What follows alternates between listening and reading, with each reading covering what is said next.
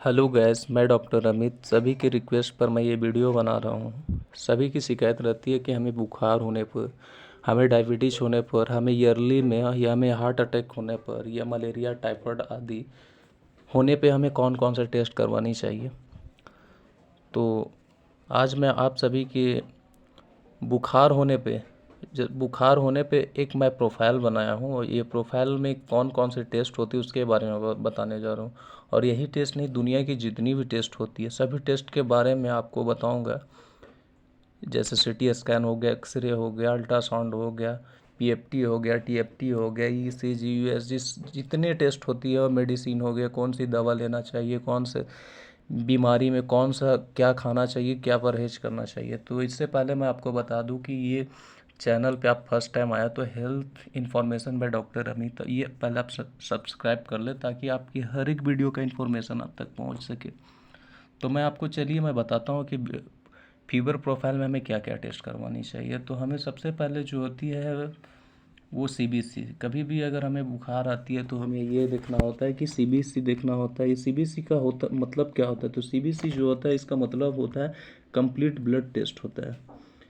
और इसमें हम क्या करते हैं, हमें अलग अलग सेल के लेवल को मापते हैं। इसमें red blood cell, white blood cell, haemoglobin, platelet आदि को हम मापते हैं। दूसरा जो है हमारा ईएसआर है। दूसरा क्या है, ये ईएसआर है हमारा है।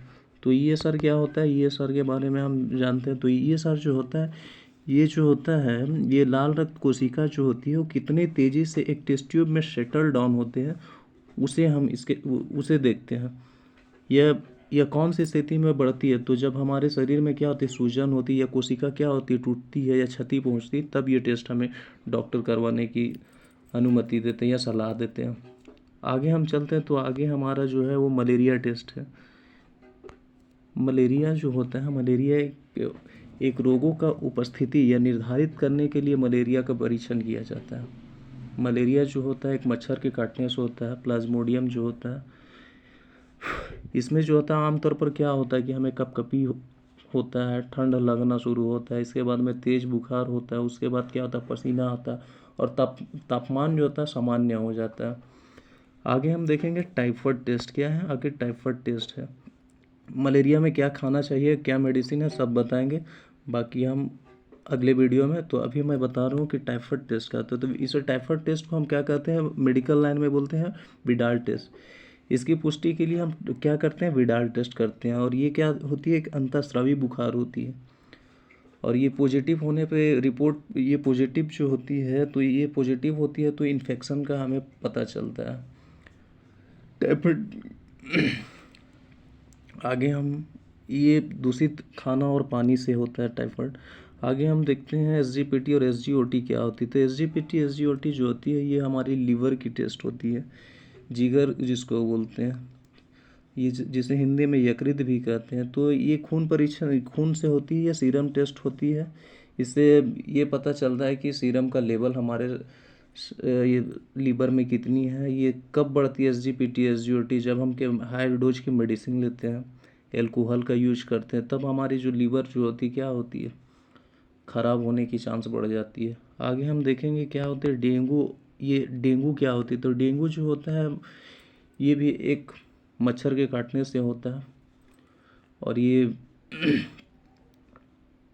भी डेंगू जो होता है, डेंगू NS1 आईजीजी और आईजीएम डेंगू और दूसरे मेथड से भी होता है। ये किट टेस्ट होता है।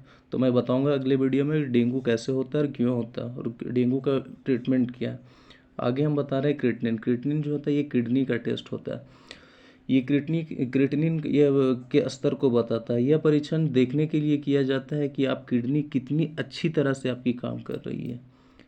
ये किडनी जो होती है हमारी ब्लड में, जो ब्लड को क्या करती है, डायलिसिस करने का काम करती है, और अपशिष्ट पदार्थ को जो क्या करती है, बाहर निकालने का काम करती है। यूरिन रूटीन जो होता है, यूरिन रूटीन से हमें क्या कहते हैं, यूरिन टेस्ट जो होता है यह एक नियमित जांच के रूप में या कुछ बीमारियों जैसे यूटीआई इन्फेक्शन में किया जाता है। डायबिटीज पेशेंट है तो उसे किया जाता है। लीवर की प्रॉब्लम है तब किया जाता है।